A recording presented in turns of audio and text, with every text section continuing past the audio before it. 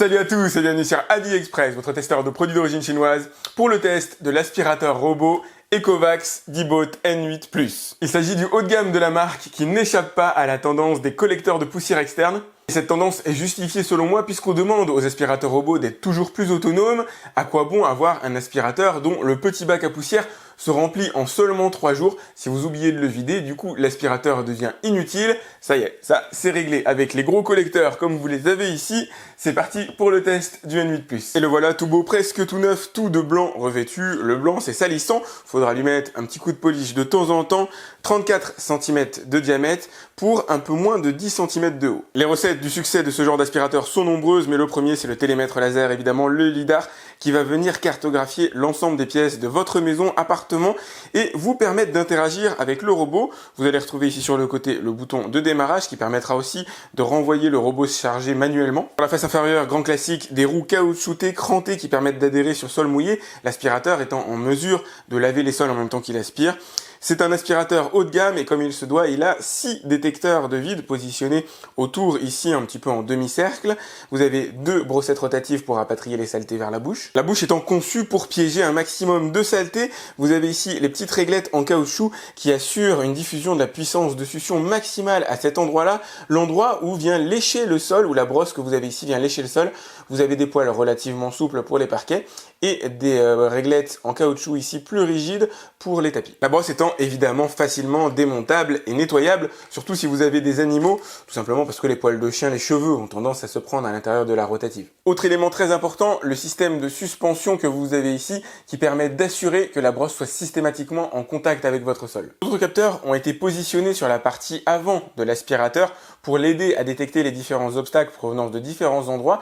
Si jamais il rencontre un obstacle qu'il ne parvient pas à détecter, vous avez un petit bumper ici qui lui indiquera tout simplement de changer de trajectoire. Protégeant le robot, vous avez ici une petite réglette en caoutchouc pour éviter de venir endommager les meubles et de venir endommager la vitre ici. Le moteur génère 2300 pascal de puissance de dépression, c'est un tout petit peu moins que la concurrence du Roborock S7. On va voir si ça lui porte préjudice ou pas. À l'arrière, vous allez retrouver un bac à eau, on reviendra sur ce sujet tout à l'heure, je vous montrerai le nettoyage des sols. Et vous avez bien sûr le bac à poussière, contenance de 420 ml, donc c'est pas une grosse contenance, mais on s'en fiche parce qu'on a le collecteur de poussière externe d'une contenance de 2,5 litres qui devrait permettre d'assurer un nettoyage de la maison ou de l'appartement pendant au moins un mois complet. Pour ouvrir le compartiment qui stocke la poussière, vous appuyez ici. Vous avez ensuite le petit sac que vous allez pouvoir retirer avec la trappe qui est juste là, le changer en achetant des nouveaux sur internet. En ce qui me concerne, très franchement, moi j'ai tendance à le vider directement dans la poubelle et à le remettre ensuite ici, ça m'évite d'acheter des consommables. Et s'il s'agit de votre premier aspirateur à collecteur de poussière externe et que vous vous demandez comment ça fonctionne, eh ben c'est simple, le collecteur de poussière externe, c'est un aspirateur conventionnel, un aspirateur filaire qui va venir aspirer les saletés qui se trouvent à l'intérieur du compartiment à poussière qu'il y a dans le robot. Ça se voit pas forcément à la vidéo, mais à l'intérieur on a une très grosse hélice qui crée une dépression et la poussière va être aspirée par les petits conduits que vous avez ici. Bon, la technique c'est sympa, mais ce que je vais vous montrer dans cette vidéo, c'est comment il fonctionne, quel type d'obstacle il est en mesure d'éviter, ceux qu'il ne pourra pas éviter, quelle est sa réelle puissance d'aspiration, essayez de le comparer à la concurrence, c'est ce que vous allez découvrir dans cette vidéo. Donc 2 choses importantes à faire lorsque vous recevez l'aspirateur, éventuellement les mises à jour et la première cartographie, vous appuyez sur le bouton et il va aller visiter l'intégralité de votre maison ou appartement et nettoyer bien sûr en même temps. La première chose qu'il va faire, c'est d'essayer de comprendre l'environnement, de comprendre les différentes pièces dans lesquelles vous allez lui demander d'aller. Donc il va les visiter en longeant tout simplement les murs. Ça va être un petit peu sa routine, exactement comme pour la plupart des aspirateurs robots. Et regardez avec quelle aisance il longe les bordures sans même les toucher.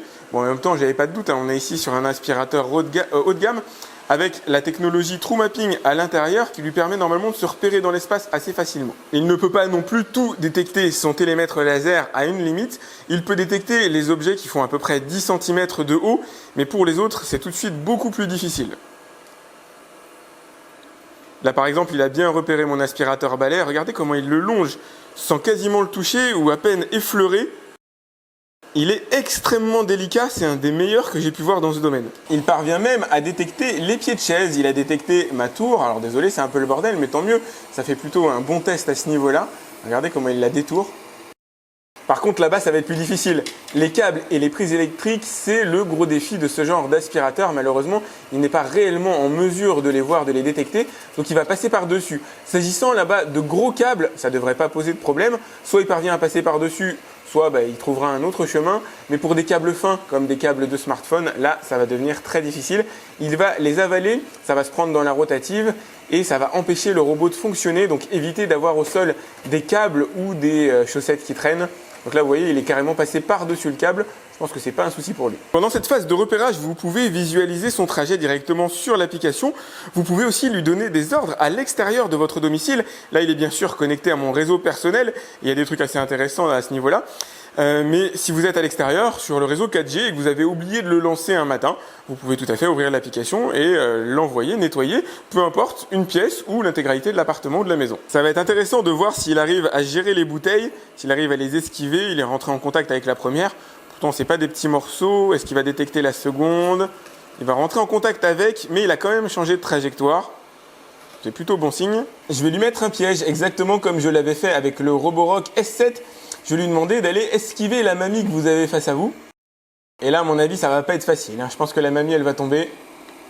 Ouais, il l'a pas du tout remarqué et ça m'étonne pas. Sur ce test du petit personnage à esquiver, seul le T8 AIVI avait sa chance avec ses caméras détection à l'avant. Exactement comme chez Roborock, seul le S6 Max V est en mesure d'à peu près le détecter, mais aucun de toute façon des aspirateurs ne parvient à réellement esquiver la grand-mère. Elle finit tôt ou tard par tomber, il n'y a pas de miracle à ce niveau-là. Tous les petits objets, malheureusement, entreront en contact avec l'aspirateur robot. J'en ai jamais vu jusqu'ici qui soit en mesure de réellement bien les détecter. Maintenant qu'il a fini de détourer la pièce, qu'il a fini de comprendre de quelle manière elle est conçue, il va effectuer ses va-et-vient. Je ne sais pas si vous l'entendez, mais il a accru sa puissance d'aspiration lorsqu'il est monté sur le tapis. Et là, il va repasser à une puissance d'aspiration normale. Donc il y a un léger delta, comme chez Roborock d'ailleurs, entre le moment où il accroît sa puissance d'aspiration et le moment où il détecte le tapis. En règle générale, c'est à peu près au milieu du tapis qu'il commence à activer sa puissance d'aspiration max. Donc c'est pas particulièrement bien paramétré à ce niveau-là, ça finira peut-être par s'améliorer.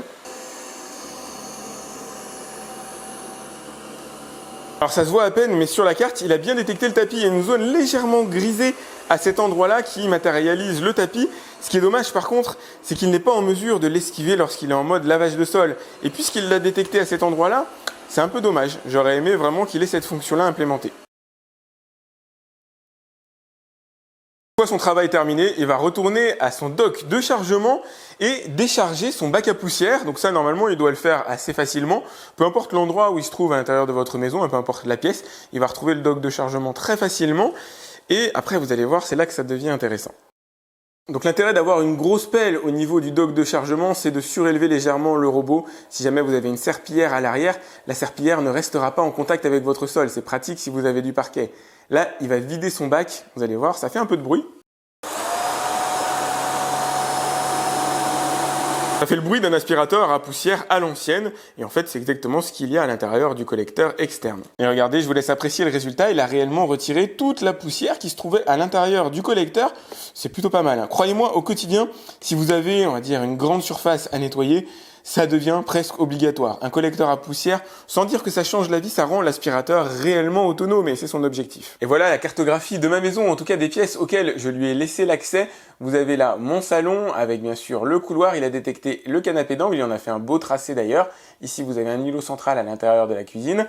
Là vous avez différentes chambres, bureaux, bref il a réussi à aller dans tous les endroits où je voulais qu'il aille. Vous allez pouvoir faire des petits zooms comme ça. Vous avez ici un historique, un petit résumé du dernier nettoyage, 66 mètres carrés en 1h30. L'application est toujours la même par rapport aux précédentes générations. Vous avez les préférences de nettoyage. Vous allez pouvoir lui dire de faire un ou plusieurs passages, indiquer la puissance d'aspiration du robot, le niveau de débit d'eau. Vous allez pouvoir faire des séquences. Par exemple, lui dire « Je veux que tu nettoies d'abord le salon et ensuite cette chambre-là, etc. » Moi, ça m'est vraiment utile, tout simplement parce que le salon est souvent assez dégagé, alors que dans la chambre de mes enfants, il y a plein de petits objets. Je sais que l'aspirateur risque de se coincer, donc autant le faire nettoyer les zones dégagées d'abord et terminer sa course dans les endroits les plus difficiles. Les cartographies se gère à ce niveau-là et vous allez pouvoir en enregistrer plusieurs. Là, j'ai une carte, on va dire, principale de mon salon qu'il est en train d'uploader et là, vous allez pouvoir faire les cartes de plusieurs étages. Vous allez pouvoir lui demander un nettoyage par zone, par exemple, merci de ne nettoyer que mon salon ou pourquoi pas un nettoyage plus personnalisé Hop, si dans votre salon, il n'y a qu'un seul endroit qui est sale,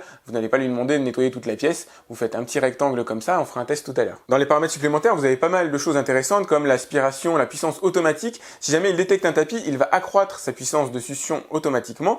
Vidange automatique, ça c'est pour utiliser le collecteur que vous avez là. Le programme de nettoyage pour pouvoir le planifier tous les jours. Éventuellement, voilà, du lundi au mardi, lui dire merci de nettoyer à 11 h la maison dans tel ordre, etc. Vous allez pouvoir être très précis et avoir des programmes différents en fonction des jours, parce que le week-end, on n'a peut-être pas exactement les mêmes besoins qu'en pleine semaine, ça dépend de votre plage d'horaire de travail. Ici, nettoyage en continu, c'est pour lui demander de reprendre son travail lorsqu'il a plus de batterie, il va aller se recharger, et ensuite il va recommencer son travail là où il l'avait arrêté. Ne pas déranger, lui dire, bah voilà, entre 22 h et 8 h du matin, merci de ne pas t'allumer parce qu'on dort. Et quelques petits paramètres supplémentaires comme les différents journaux de nettoyage, vous allez avoir l'historique ici des nettoyages réalisés jusque-là, l'utilisation des accessoires, à quel moment est-ce qu'il faut les changer ou en tout cas les nettoyer. Vous avez les alertes vocales et la possibilité de connecter le robot à Alexa. Dernière chose très importante que je voulais vous montrer, le robot définit de lui-même les différentes pièces de votre maison, mais vous allez pouvoir affiner ces réglages. Par exemple, mon salon ici et le couloir, j'ai pas forcément envie de les fusionner, donc ce que j'aimerais c'est délimiter à ce niveau-là. Autre chose importante que je voulais vous montrer, l'interactivité avec la cartographie. Donc il me crée de base différentes zones qui sont plus ou moins à mon goût. Donc là par exemple, mon couloir est divisé en 3 zones. Admettons que vous souhaitiez n'avoir qu'une seule zone pour le couloir. Vous allez dans modifier la carte, vous choisissez les différentes zones qui vous intéressent. Donc là ces 3 zones-là à fusionner. Donc vous allez sur fusionner, hop, et il va les rassembler en une seule et même zone. Et vous allez pouvoir ensuite créer des délimitations. Par exemple là, la chambre de mes enfants est divisée en 2 zones, A, G et H. C'est pas utile, donc je vais pouvoir faire des fusions, etc. Idem, je vais pouvoir faire des divisions. Si à un moment donné mon salon, je veux le diviser, là il y a la cuisine et là il y a le salon, je peux placer une barre au milieu qui divisera en 2 éléments distincts le salon. Vous allez pouvoir donner des noms aux différentes pièces. Là, mon salon s'appelle A, mais j'aurais pu l'appeler salon. Et surtout, vous allez pouvoir mettre des limites virtuelles. À un moment donné, si vous ne souhaitez pas qu'il aille dans certains endroits, vous allez pouvoir mettre ces fameuses limites. Donc là, par exemple, ici, j'ai des rideaux qui sont situés au niveau du sol. Extrêmement bas, ça traîne partout. Et tous mes aspirateurs se prennent les pieds dedans. Donc je vais lui demander, bah voilà, de pas aller à cet endroit-là. Je valide. Et il n'ira pas ici. Idem à d'autres endroits. Ici, j'ai ma douche qui donne directement sur le carrelage. Et en général, mes aspirateurs rentrent à l'intérieur de la douche. Comme c'est une zone humide, c'est pas forcément terrible s'il est en mode uniquement nettoyage. Donc je vais lui demander voilà, de ne pas aller ici. Vous pouvez aussi créer des barrières. Admettons que voilà, cette pièce-là doit être totalement interdite. Je peux m'amuser à créer un petit trait à ce niveau-là et il ne franchira pas cette zone-là, donc il n'ira pas nettoyer cette pièce-là. Venons-en au test le plus difficile. Je vais demander à l'aspirateur robot de ramasser 100 grammes de saleté répartis sur tapis et carrelage. Il s'agit d'un test très difficile qui va être chronométré. C'est difficile parce que avoir 100 grammes de saleté réunis en à peu près 3 mètres carrés, ça n'existe pas dans la vraie vie évidemment, c'est pour départager tous les aspirateurs entre eux.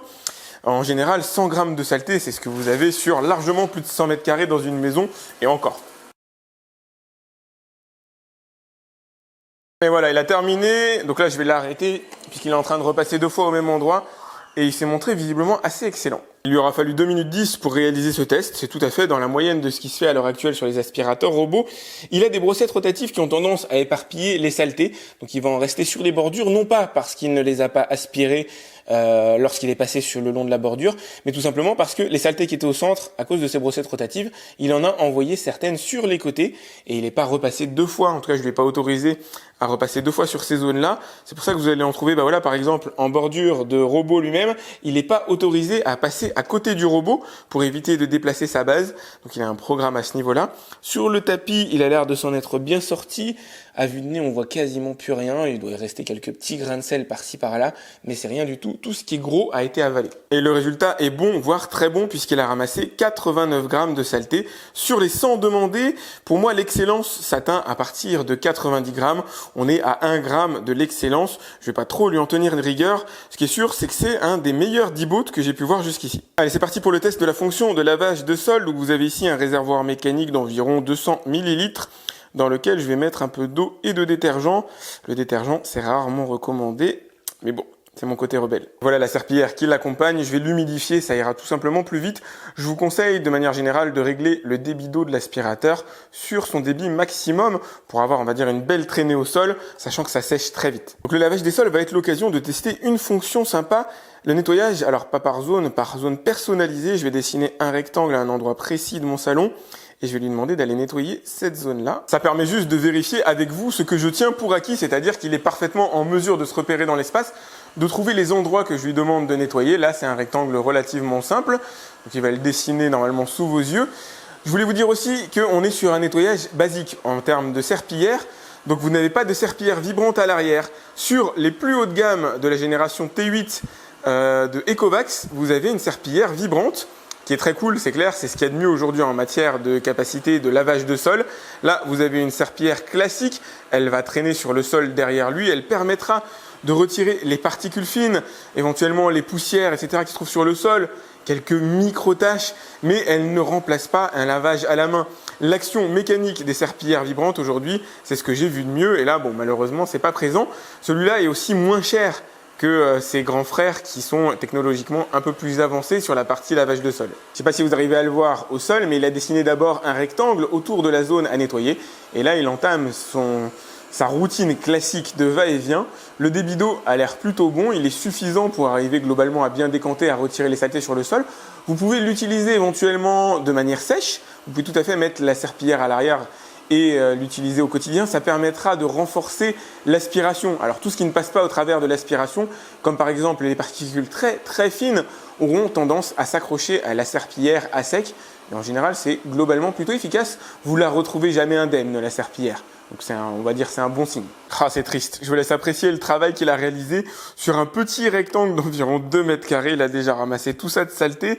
Ça laisse présager un nettoyage complet à faire dans les prochains jours. Pour vous aider à le resituer par rapport aux autres aspirateurs de chez Dieboat, le T8 AIVI, c'est le sommet de la marque aujourd'hui avec un système de détection par caméra des objets de petite taille, chose que le N8 Plus n'a pas. Donc on est un cran en dessous en matière de détection d'obstacles, mais on est aussi pas mal moins cher. Il est 150 € moins cher. Quoique c'est pas totalement vrai puisqu'il est même 400 € moins cher que le T8 AIVI dans sa version incluant le système de vidange externe. Le N8 Plus a donc les défauts de ses qualités puisqu'il permet de réduire le prix du robot en réduisant certaines fonctionnalités comme par exemple la batterie qui passe de 5200 mAh à 3800, les caméras de détection d'obstacles qui disparaissent tout en conservant le système qui permet de cartographier les pièces et de se repérer extrêmement efficacement dans l'espace. Effectivement, c'est un des robots les plus efficaces que j'ai vu à ce niveau-là. Il s'est montré très bon dans mon test de ramassage des 100 grammes de saleté répartis sur tapis et sur carrelage sans atteindre l'excellence. Enfin, ce qui le démarque aussi du très haut de gamme, c'est l'absence de la serpillière vibrante qu'on peut retrouver sur les autres aspirateurs de la marque, mais encore une fois pour beaucoup plus cher. Cela dit, le N8 Plus n'est pas donné pour autant. Je vous invite à venir découvrir son prix directement dans la description de cette vidéo. Je vous ai mis un lien comme d'habitude. Si vous avez aimé ce test, n'hésitez pas à le liker, c'est très important pour moi. Pensez à vous abonner à ma chaîne, à cliquer sur la cloche pour être alerté lorsque je lance une nouvelle vidéo. N'hésitez pas à me laisser un commentaire si vous avez des questions. Et je vous dis à très vite sur AviExpress. Salut!